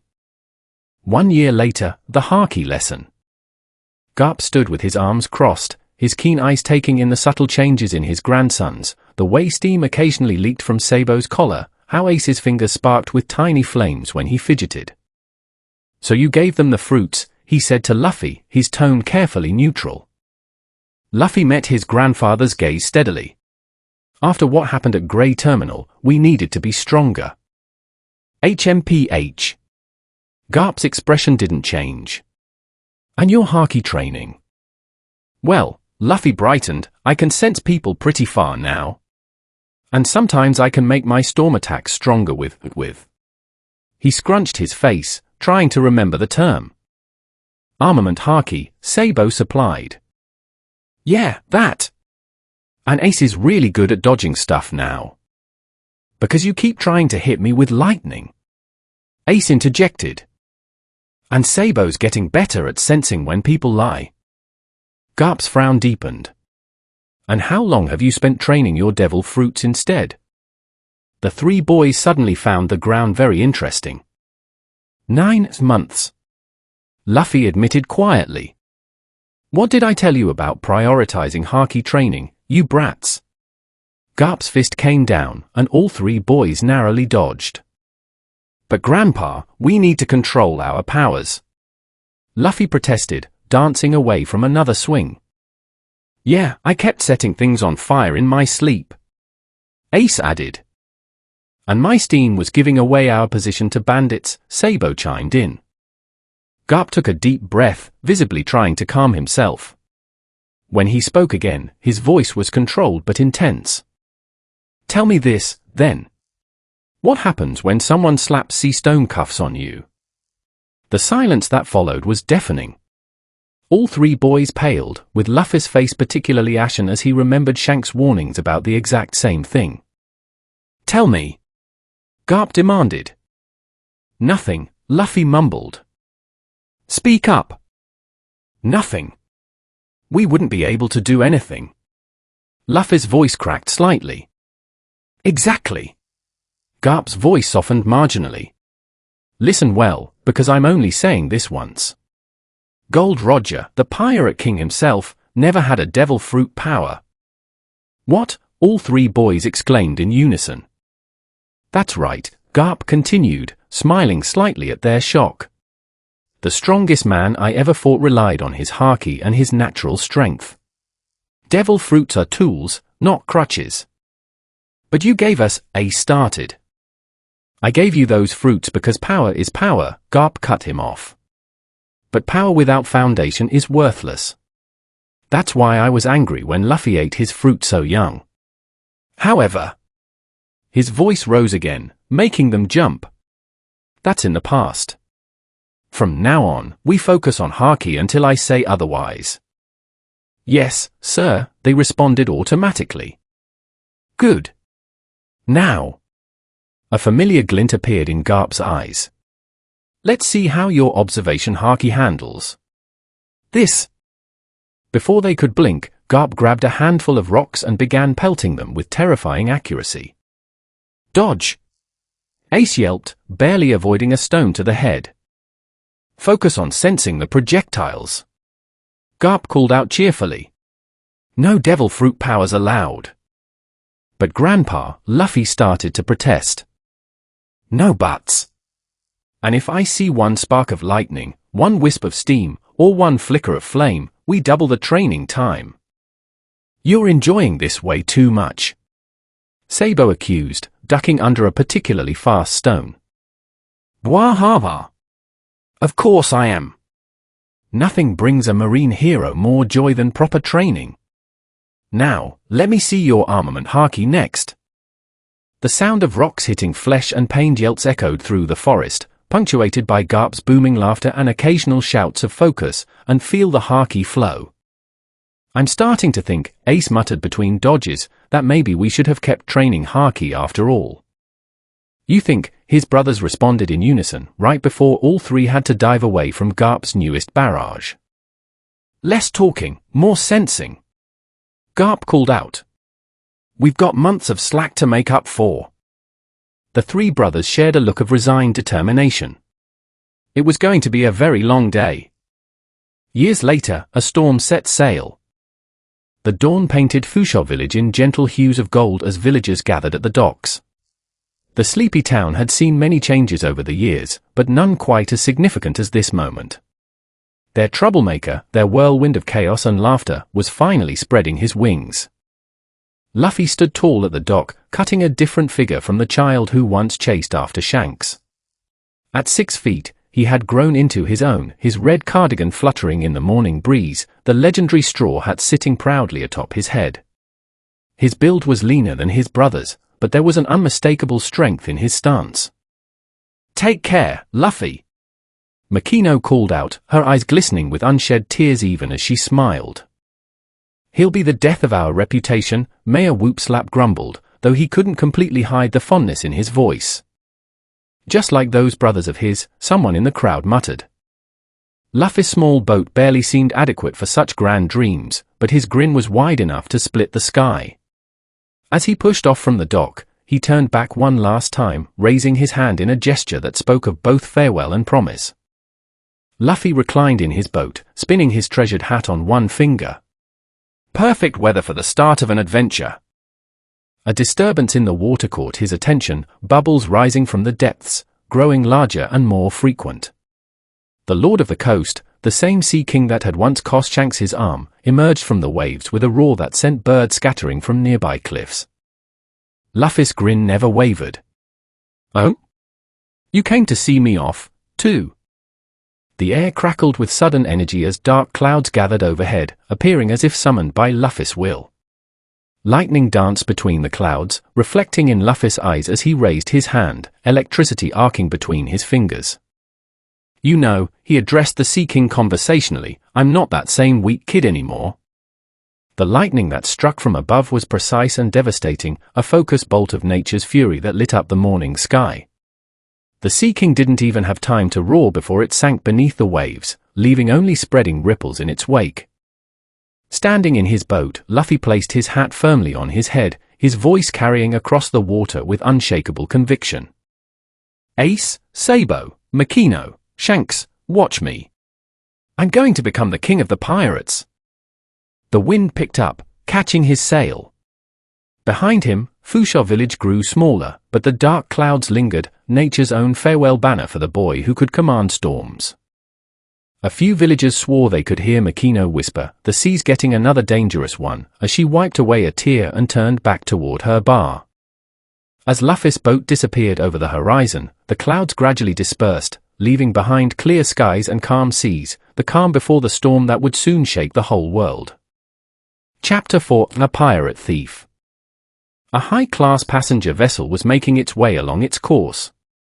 Marines guarded the deck, the captain mingled in the truly fantastic ballroom built into the ship, and the upper crust of the East Blue laughed, danced, and ate tiny tidbits. It was a calm day, with barely a cloud in the sky and the tides docile for a change. It was a perfect day for napping and having fun. 2 Marines were hanging by the guardrail, chatting away, when they noticed a barrel floating in the ocean. That caught their attention. "Hey! There's a wine barrel in the water," one of them said. "It's probably wreckage from whatever poor soul went through that whirlpool." "Oh well. Won't do him any good now." "Let me haul it up," the other one said. So saying, the 2 cast out a line and hauled the barrel up to the deck with a bit of effort. "Ooh, it's pretty heavy. There must be a lot inside." The 2 were grinning at their good fortune to be able to wet their throats. Their smiles withered and died the instant the call came from the crow's nest, followed by the sound of cannon fire from across the water. "Pirates! I see pirates! It's the Alvida pirates!" Every Marine on the deck instantly broke into action, their training taking over as Alvida's bombardment continued. The barrel was knocked askew in the confusion and rolled away toward the lower decks.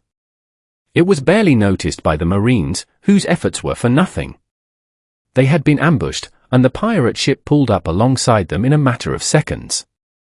On the pirate ship's deck, a massive woman stood at the forefront. She was the size of a small whale, had freckles, flat black hair covered by a cowboy hat, and beady eyes. She held an iron mace almost as big as her like a staff, with her crew arrayed around her. This was Ironclad Alvida, the woman worth 5 million belly. "Men, who is the fairest on all the seas?" Alvida asked. Her crew let out a full, if insincere, yell of "Alvida-sama." The woman grinned, revealing slightly yellow teeth, before shouting, charge! In a flurry of motion, the crew leaped over onto the other vessel to raid, pillage, plunder, and otherwise pilfer to their heart's content. Alvida stayed behind and surveyed the damage before noticing a quivering little boy still on her ship. He had glasses and light pink hair. "Kobe," she yelled, instantly getting a frightened reaction from the boy. "Get over there now! Or face the club!" With a menacing snarl, Alvida prepared to swing Kobe over to the other boat like a golf ball with her club. The boy broke out in frantic gibberish far too fast to understand as human speech and threw himself over to the other ship. He quickly made his way to the relative peace of the lower decks. Phew! That was close.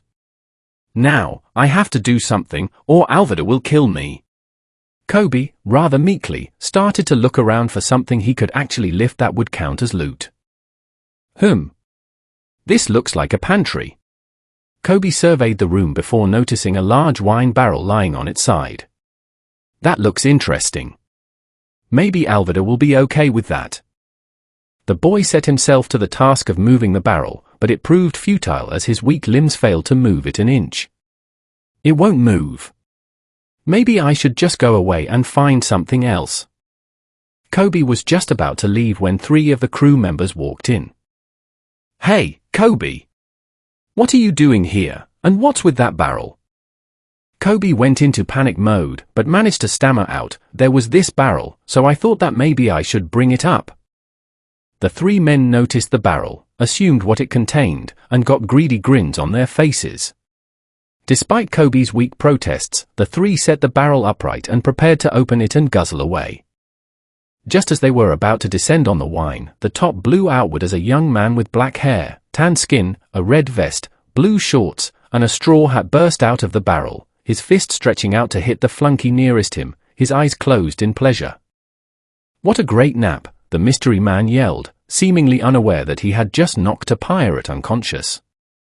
Alvida's crew members couldn't have been more surprised. The man opened his eyes and then stared at the unconscious pirate at his feet, confused. "What's this guy taking a nap for? He'll catch a cold." The 2 conscious pirates suddenly grew pure white eyes and sharp teeth in sheer disbelief. "It's your fault, dumbass," they yelled, their instincts for public displays of idiocy kicking in. The mystery man paid them no heed, climbing out of the barrel and turning to Kobe. "I'm hungry. Do you know where there's food?" he asked, acting as if he hadn't just burst out of a barrel and clobbered a pirate without conscious effort. The veins in the pirate's forehead showed, and they drew their swords and charged. Kobe squealed in fear and cowered, while the man slowly turned his head to face the onslaught. The swords were raised, battle cries were yelled, and the top halves of both swords snapped off and flew toward the ceiling as the stranger gave a single swipe of his hand. The pirate's eyes widened in awe as the man before them snapped steel with a flick of his wrist. The man stared at them with slight annoyance. "What are you doing, playing with these things? They're sharp, someone could get hurt." The men stood gaping for a second, before turning tail and running while dragging their unconscious crewmate. The stranger scratched his head. What was with them? "Oh well, it doesn't matter." The stranger turned to face Kobe again. "So, can you show me where the food is now?" Kobe was wide-eyed as he looked up at the man. "Who are you?" he asked, wondering who on all the seas could be so strong as to break metal without effort. The man gave a wide grin and said, "I'm Monkey D. Luffy. Nice to meet you." Luffy paused for a second before opening the nearest door after smelling the air like a hound.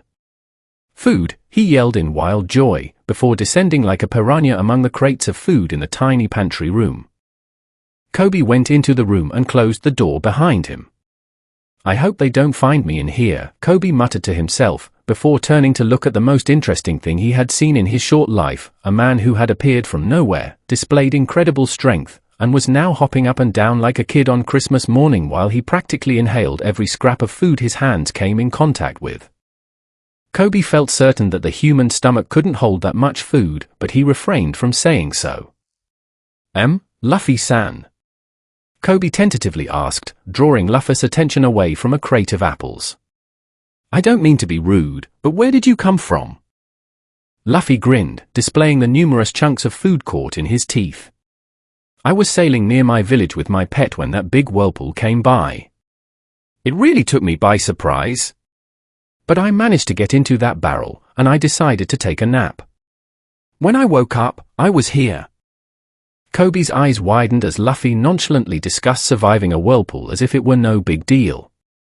Kobe chuckled nervously before gathering his courage. Luffy-san, you have to leave here. This ship is being raided by the fearsome Alvida-sama. Since you hit her guy, you'll get the Iron Mace. You really need to get out of here. Luffy's eyebrows went up, pausing in his chewing. A pirate ship? Does that mean you're a pirate? Kobe blanched, before frantically shaking his head. No, not at all. Well, kinda, I guess. It's complicated. 2 years ago, I went onto a boat with the intention to fish, only to discover it was a boat taking pirates back to their ship. Here, Kobe shivered in remembered fear.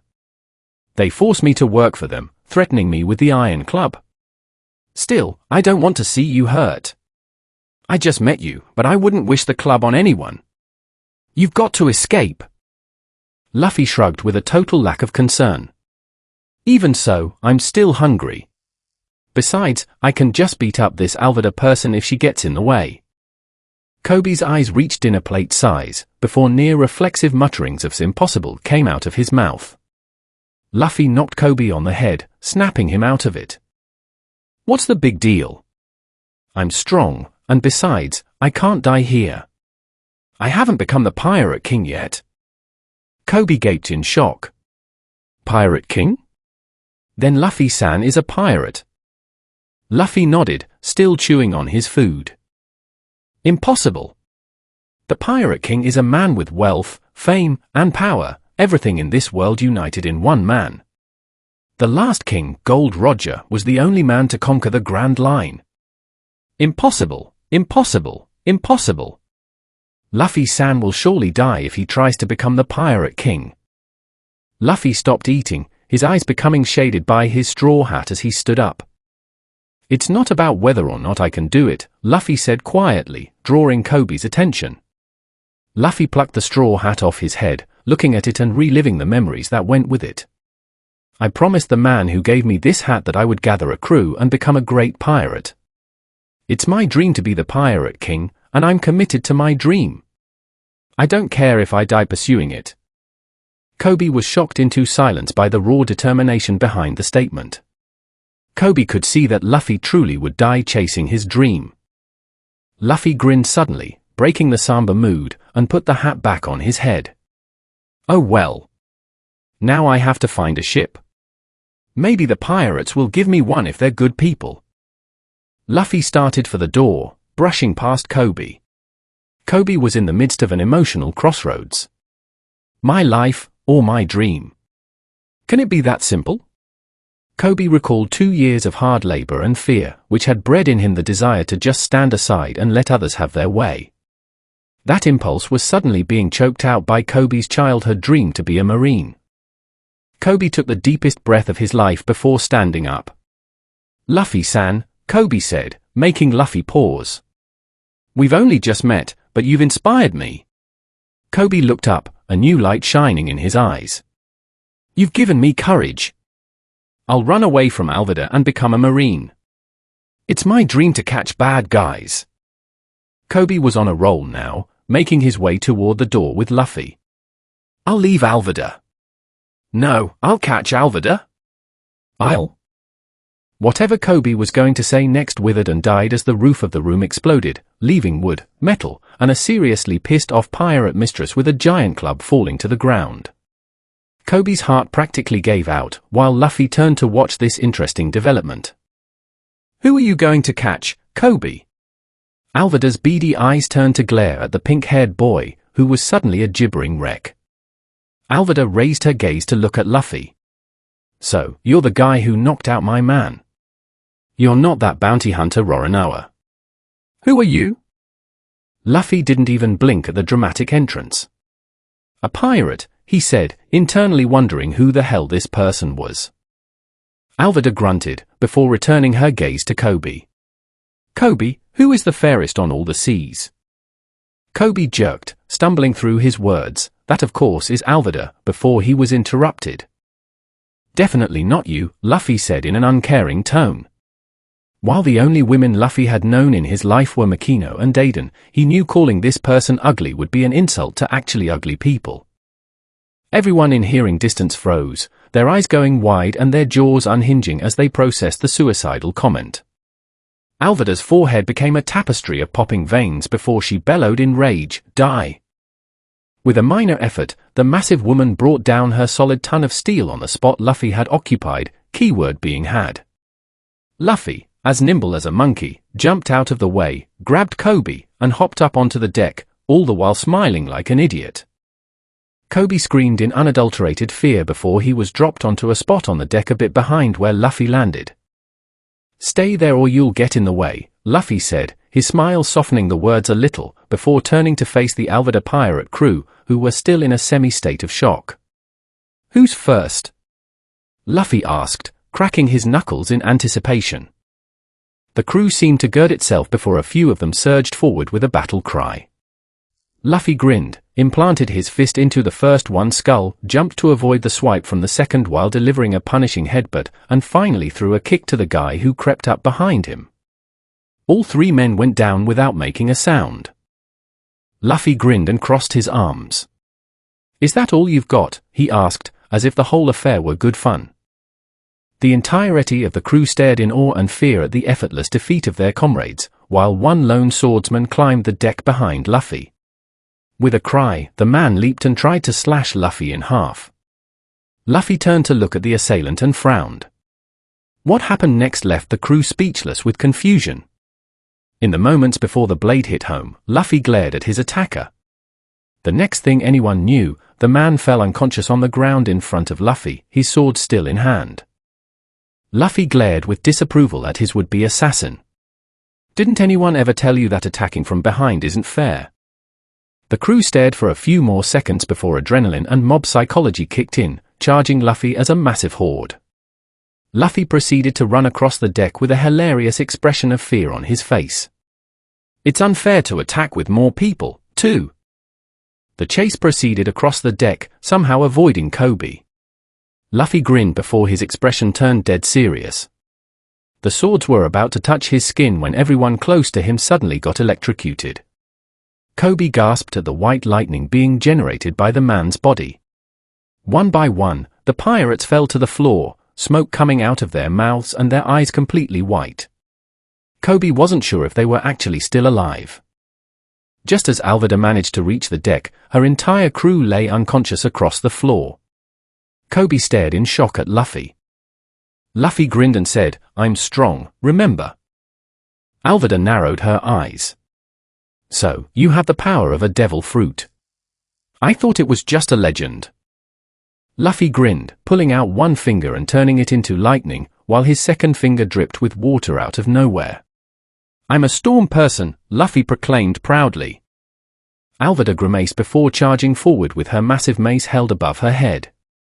"Don't take me so lightly," she yelled in fury, bringing her mace down on Luffy's head. Luffy stayed in his exact same position before a smile spread across his face. He glared up at Alvida, who was sufficiently freaked out that the man's skull hadn't cracked. "I don't need the power of my devil fruit to survive this so-called attack." Suddenly, out of nowhere, an unseen force seemed to ram into Alvida, knocking her back across the deck. Kobe stared in disbelief as he saw the most terrifying person he had ever known getting thrown backward. Luffy merely grinned before raising his fist. Kobe's eyes almost popped out at seeing something covering Luffy's entire arm. It looked like concentrated air, barely visible, but Kobe could still see it.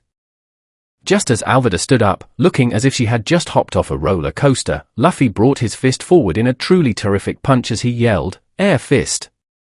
The fist impacted, and Alvida was blown away into the distance until she was nothing more than a star on the horizon.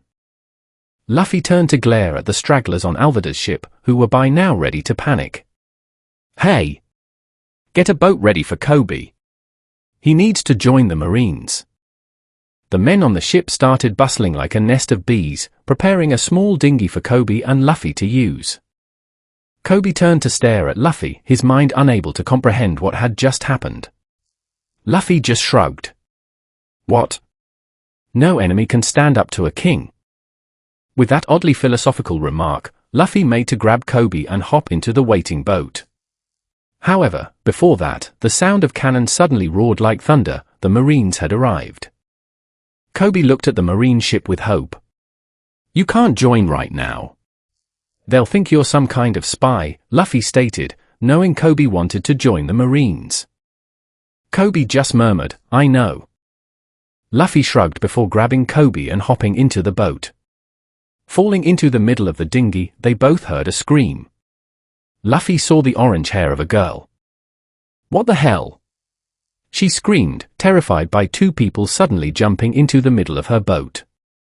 Luffy noticed the treasure on her boat and was about to ask her name when more cannonballs hit near their vessel. The girl panicked and looked ready to sail to safety as soon as possible. These idiots are throwing cannonballs so close to a civilian boat. Luffy shouted in anger before another cannonball headed straight for them. The girl screamed in panic. Kobe closed his eyes, awaiting their inevitable demise. Luffy just grinned before catching the cannonball as if it were a sports ball. This caused the girl's eyes to almost pop out, while Kobe took a peek to see how they were still breathing, only to see Luffy holding the ball in his hand like a mere toy. You can have this back. Luffy shouted at the Marine ship before throwing it at them, causing a big chunk of their vessel to explode. Kobe had his mouth wide open, still trying to comprehend what had just happened, while the girl looked immensely relieved. Luffy noticed the way she was looking at him. Luffy sat down, raising an eyebrow at their shocked faces. What is it? He asked, as if he hadn't just caught a cannonball. What do you mean, what is it? Did you not see what you just did? How did you even do that? The girl screamed with sharp teeth, which was quite intimidating for Kobe. Luffy just laughed. Shishishi. He put half of his hand into the water. The girl was about to ask what he wanted to do now when their boat suddenly started moving forward much faster, causing her to lose balance. She almost fell into the water, but Luffy grabbed her shirt, making sure she didn't fall. Kobe, on the other hand, hit his face against the side of the boat. The girl grabbed the boat tightly to steady herself, then noticed the boy doing something with his right hand, causing the water to move rapidly around it. I can control the water a bit. I'm adding force to my hand to cause this speed, Luffy explained as best as he could. The girl didn't bother asking more, but she was quite impressed by his power. Only now did she notice his well-built muscles, but her eyes locked onto his. Now getting used to the boat speed, she stopped holding the side and decided to ask a question. Who are you? That was quite impressive, she spoke in a warmer tone. The pink-haired boy was rubbing the side of his head, still hurting. I'm Luffy. This one here is Kobe, he introduced himself, putting a hand on Kobe's shoulder as he mentioned his name. I'm Nomi. It's good to meet you, Nomi introduced herself, smiling. How did you do that with the cannonball? She asked, wondering if someone like him might want to work with her. At this, Luffy laughed slightly.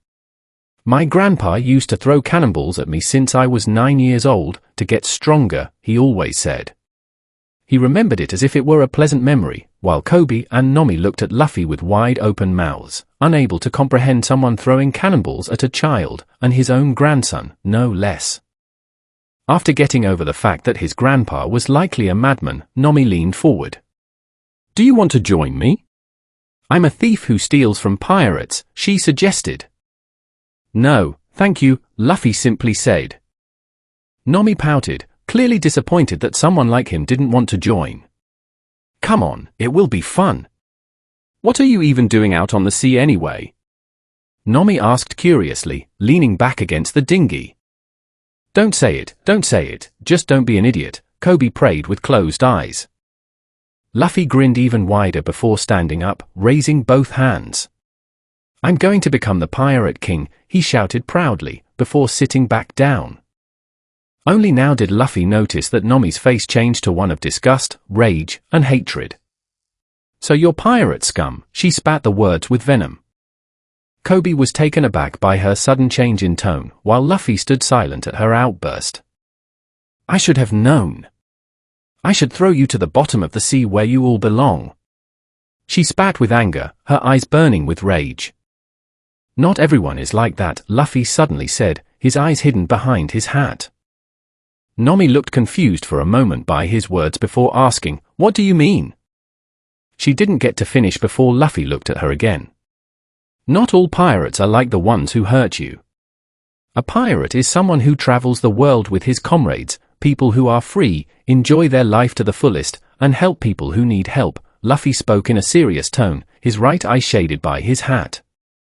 Kobe had never heard Luffy speak with that tone before and couldn't help but look at him with awe and respect. Nami bit her lower lip, ready to shout that he was a liar and that no pirates were like that, but instead, she kept quiet. Whatever, she simply said, turning her head around to look at the horizon, refusing to look at them. Luffy hoped to show her that not all pirates were bad people. Deciding not to push for an answer, Luffy turned his attention back to Kobe. Luffy, back at the ship, you told Alvida that you didn't need your devil fruit powers to avoid her attack. What did you mean? That's called haki. I have an extraordinary kind of haki called the King's Disposition, or Conqueror's haki. It's much more powerful and can do a lot more things than normal haki. I've been working on it for 10 years, experimenting and mastering it. I can do everything from knocking people out to making my fists strong enough to tear through steel, and even making animals understand me. I can even make some things move at a distance. Let me tell you, it really changed what kind of person I am. Luffy went on to explain what the other two haki types were. Nami silently listened, but didn't react to what Luffy said to Kobe. You said you found out about Conqueror's haki at a young age. How? Kobe asked, interested. Years ago. Luffy was alone in the jungle. As far as scary situations went, it was a big one. Just a young boy, he had been left stranded alone with no food, no water, a tiny knife, and the instruction from his quasi-sadistic grandpa to survive, brat. Luffy was just a little kid. Like any other kid, he was afraid of basic things, like the dark, dangerous animals, or the prospect of having no meals to fill his stomach. And his grandpa had left him out, quite literally, for the wolves.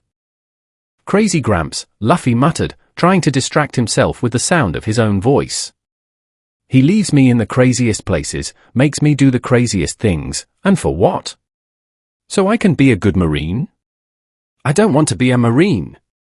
I want to be a pirate, dang it. Not just a pirate, but the Pirate King. I want to find the One Piece. And he just laughs in my face and tells me to shut up and go survive already. Luffy wasn't a crybaby, but he sure felt scared. He hated it when his grandpa dumped him in the middle of nowhere because it meant he had to find his own food, his own water, and contend with the predators of the region. He was just a kid. Still, a small voice in Luffy's head said, his neglected sense of reason, what grandpa does to you makes you stronger. You're not even 7, but you already know how to fight animals, build a shelter, and find clean water. Some adults can't do that. Oh, shut up, Luffy said to himself, unwilling to admit that what Gramps put him through actually helped him. Such thoughts were quickly forgotten, however, when a loud growl washed over Luffy. He froze, felt his heart go into overdrive, and turned to face a gigantic, hungry-looking wolf with sickly-colored fur and teeth. There were no flashes of his short life, no broken record recording in his thoughts. Luffy didn't even have to think, his body did it for him. He ran. He ran as fast as his little legs could carry him, and then ran faster. He ducked, swerved, turned, and did everything humanly possible to try to outrun or outsmart the wolf in chase. It wasn't enough. Luffy felt a sharp impact between his shoulder blades, and suddenly he was face down in the mud as something truly massive with bad breath held him down, placing a crushing weight on his small back. At that moment, something broke inside Luffy. The dam built from adrenaline and physical effort that had prevented panic cracked, and suddenly Luffy was filled with mind-numbing fear. True terror seared his veins. A deep-seated, primal fear of being eaten rose up in Luffy like a riptide and dragged him away into the turbulent waters of hysteria. He was a kid, and he didn't want to die. Luffy felt teeth circle his throat and could practically feel the shifts in muscle in the giant body above him, indicating the quick jerk of the head that would break his neck like a twig. All of Luffy's fear, pain, and weariness coalesced into a single point as he screamed out in a voice he barely recognized as his own, "Stop!" As he did, a wave of unseen force exploded out of Luffy, tearing the leaves from branches 20 feet away. The wolf tensed before collapsing into a heap, its eyes rolling back into its head. Luffy blinked and sat up. He was alive, and the wolf had collapsed. What had happened? Present day. Kobe heard what Luffy said and seriously wondered if his grandfather had actually intended to kill Luffy, while Nami somehow felt bad that Luffy had that kind of grandfather. "Hey," Luffy asked Kobe. "Who was that Roronoa guy Alvida was talking about?" Kobe blinked before going pale as a sheet. "Roronoa Zoro, the pirate hunter. They say that he's like a demon in human flesh. He goes around thirsting for blood, living only for bounties. He's the terror of the East Blue's pirates. I hear that the Marines locked him up somewhere." Kobe chuckled nervously before wondering aloud, "Why do you ask?" Luffy grinned in such a way that Kobe suddenly felt terrified of the answer. "I thought I might make him part of my crew. If he's a good person." Kobe gaped before sputtering, "Impossible, impossible. He's been locked up because he's a bad guy.